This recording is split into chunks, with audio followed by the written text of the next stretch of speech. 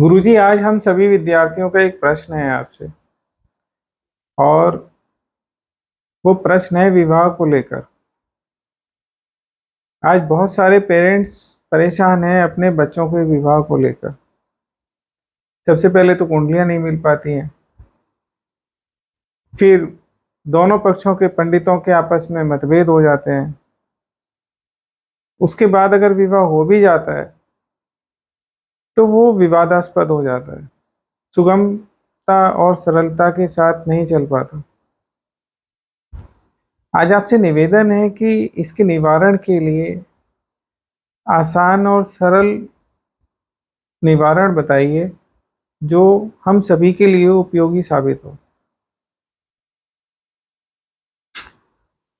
देखिए, मैंने इस पर पहले भी वीडियो दी हैं और मैंने इस पर बहुत अध्ययन किया है। इससे पहले भी कई बार मुझसे इस पर प्रश्न पूछा गया है। विवाह आज की तारीख में एक सामाजिक रूप से जलता हुआ प्रश्न है, एक रोग बन गया है। हम्म। चाहे बच्चे हों, चाहे माँ बाप हों, विवाह के नाम से आज थोड़ा भयभीत है, परेशान है, दुविधा में है। ये बात बिल्कुल ठीक है। मैं आज आपके सामने वो सारी बातें रखना चाहता हूं जिसको मैंने अध्ययन किया है, जिसे सुनने के बाद आपको समझ में आएगा कि हमारी त्रुटियां कहाँ चल रही हैं। यदि हम उसका निवारण कर लेते हैं तो विवाह के अंदर रिश्तों को मधुर किया जा सकता है। आज जो विवाह किसी भी कारण से कहीं ना कहीं जल रहा है, हम उसको एक लंबी उम्र देने में कामयाब हो सकते हैं।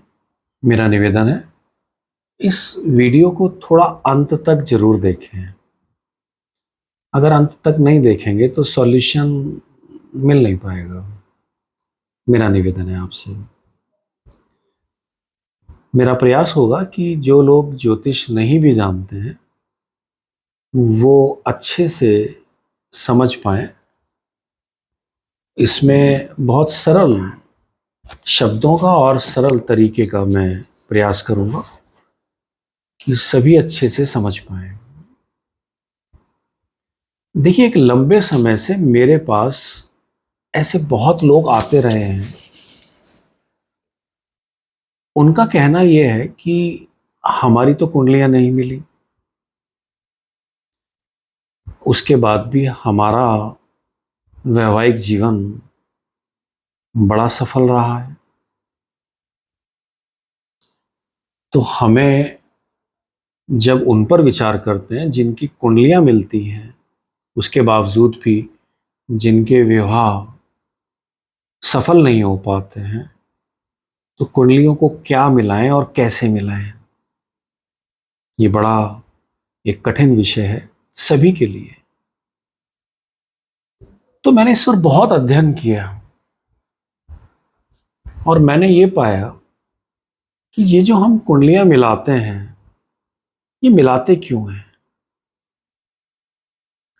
एक तरह से हम रिश्तों के अंदर मधुरता को समझने के लिए कुंडलियां मिलाते हैं।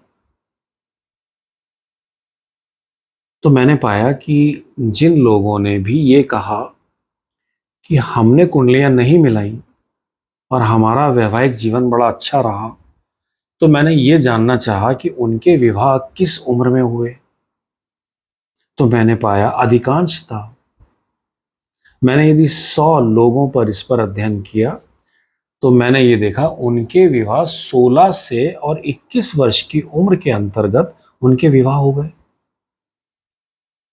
फिर मैंने 16 और 21 वर्ष की उम्र पर पूरा विचार किया। तो ज्योतिष के आधार पर एक प्राकृतिक शुभता है इस उम्र में। ये जो 16 से 21 वर्ष की उम्र है, इस उम्र पर बृहस्पति का पूरा प्रभाव होता है। गुरु का पूरा आशीर्वाद होता है उन सभी बच्चों पर, वो पृथ्वी पर कहीं भी जन्म लें, किसी भी धर्म के हों, किसी भी जात के हों, उससे कोई लेना देना नहीं है। 16 से 21 वर्ष की जो उम्र का काल है, इस पर बृहस्पति की शुभताओं का पूरा प्रभाव पड़ता है। तो मैंने देखा कि ज्योतिष भी एक बात करता है कि जन्म कुंडली के अंदर यदि गुरु शुभ हो तो वो जन्म कुंडली के 1.25 लाख दोषों को खत्म कर देते हैं। तो जिनके विवाह केवल 16 से 21 वर्ष की उम्र के अंतर्गत हुए हैं, वहां गुरु का इतना शुभ प्रभाव रहा है कि अगर कुछ गलत था भी तो वो भी शुभ हो गया। और यदि मैंने इस पर 100 लोगों पर अध्ययन किया तो मैंने पाया है कि 95% सभी का जीवन में विवाह को लेके कोई दिक्कत नहीं है, सबका बहुत अच्छा रहा है। और मैं आपसे भी कह रहा हूं, आप भी इस पर विचार करना, आप भी देखना कि जिनके विवाह आपकी नॉलेज में इसी उम्र के अंतर्गत हुए हैं, उनकी कैसी पोजीशन है, उनका विवाह कैसा रहा। ये एक प्राकृतिक शुभता है। जैसे कहते हैं ना कि ब्रह्म मुहूर्त में यदि आप पढ़ाई करते हैं तो आपके लिए वो पढ़ाई शुभ होती है, क्योंकि ब्रह्म मुहूर्त में गुरु का वास होता है, बृहस्पति का वास होता है। इसीलिए सिख संप्रदाय में इस काल को अमृत बेला कहा गया, क्योंकि यहां गुरु का वास है, शुभ है। तो 16 से 21 वर्ष की उम्र विवाह के लिए सबसे ज्यादा उपयोगी है, क्योंकि इसमें शुभताएं बृहस्पति की हैं। यहाँ कुछ नहीं, सब अच्छा रहेगा, कुछ देखने की जरूरत नहीं है, कोई कुंडली मिलाने की जरूरत नहीं है। अगर आप 16 से 21 वर्ष की उम्र में विवाह करते हैं बच्चों का, आप केवल खानदान देखें, परिवार देखें, बच्चों को देखें और विवाह करें, कुछ नहीं बिगड़ेगा, सब ठीक रहेगा। मैं अब इसके एक और पहलू पर बात करना चाहूंगा आपसे। हमारे यहां पर जिस तरह से आज कुंडलियों का मिलान किया जाता है, मैं उससे बहुत ज्यादा सहमत नहीं हूं। हम सब कुछ देखते हैं, लेकिन कहीं ना कहीं कुछ बातों पर हमारा ध्यान नहीं जाता है जो जाना चाहिए। कुछ लोग कहेंगे कि 16 से 21 वर्ष की आयु में अगर बच्चों का विवाह कर दिया जाएगा तो उनके करियर कैसे बनेंगे। इस पर मैं एक और वीडियो दूंगा तो मैं समझाऊंगा कि वो कैसे होगा। लेकिन आज मैं सिर्फ यही बताना चाह रहा हूं कि आज भी जिनके विवाह 16 से 21 वर्ष की उम्र में हो रहे हैं, वहां सब ठीक चल रहा है। लेकिन अब एक वर्ग ऐसा है जो कहता है कि करियर के लिए तो एक समय चाहिए, इस उम्र में विवाह कैसे करते हैं।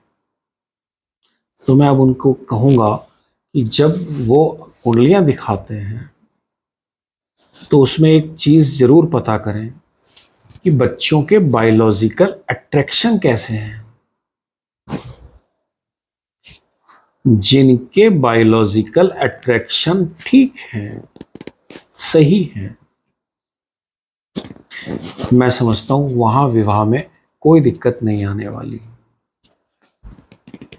जन्म कुंडली में गुरु पर पूरा विचार किया जाए और बायोलॉजिकल अट्रैक्शन पर पूरा विचार किया जाए, आप निश्चिंत होकर विवाह करें, सब ठीक रहेगा।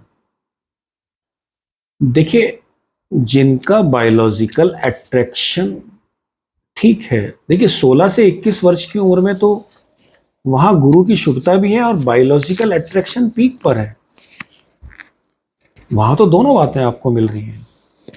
लेकिन अगर आप इससे थोड़ा बाहर आ जाते हैं और आपको लगता है कि नहीं, इस उम्र में हम विवाह नहीं कर पाएंगे, हमें कुछ आगे विवाह करना होगा, कोई बात नहीं, अब आप बायोलॉजिकल अट्रैक्शन पर विचार करें। जहां बायोलॉजिकल अट्रैक्शन ठीक है वहां पति पत्नी के झगड़े लंबे नहीं चला करते। सुबह कोई बात हुई, शाम तक वो ठीक हो जाती है।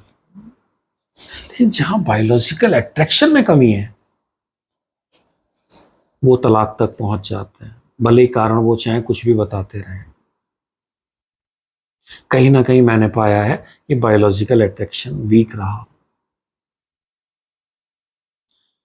जब भी बच्चों की कुंडलियां मिलाएं, इस बात पर पूरा ध्यान दें कि इनके आपस में बायोलॉजिकल अट्रैक्शन कैसे रहेंगे। ये एक ऐसा आधार है जो पति पत्नी के जीवन में एक लंबे समय तक, चाहे वो पारिवारिक कामयाबी हो, पारिवारिक रिश्ते हो, पारिवारिक संघर्ष हो, उन सब को क्रॉस करता हुआ वो शक्ति है जो विवाह को मजबूती देता है। और जो लोग कुंडलियां मिलाते हुए इस पर विचार नहीं करते हैं, वो वास्तव में धोखा खा जाते हैं। और फिर बात निकल के आती है कि कुंडली मिलाने से भी कोई लाभ नहीं मिला। मैं अपने अनुभव से कह रहा हूं, मैंने 7 गुणों पर, 10 गुणों पर, 14 गुणों पर विवाह की परमिशन दी है। और जो कुछ ऐसे मित्र होंगे जो इस वीडियो को सुनेंगे, वो भी समझेंगे, उन्होंने देखा है, मैंने ऐसा किया है, उनके सबके विवाह ठीक चले, उनके बच्चों के विवाह ठीक चले, क्योंकि मैंने इस बात पर पूरा ध्यान दिया कि इनके बायोलॉजिकल अट्रैक्शन कैसे रहेंगे। मेरा निवेदन है, आप कुंडलियां मिलाएं, लेकिन घर परिवार सब कुछ देखें, बच्चों की योग्यताएं देखें, लेकिन बायोलॉजिकल अट्रैक्शन पर पूरा विचार करें। जब आप देखेंगे आपने इतना किया है, तो मेरा विश्वास है कि विवाह को जो आज रोग बना दिया है, ये रोग नहीं रहेगा। थोड़ा इतना करके देखें। और कोई प्रश्न? जी धन्यवाद। सादर प्रणाम।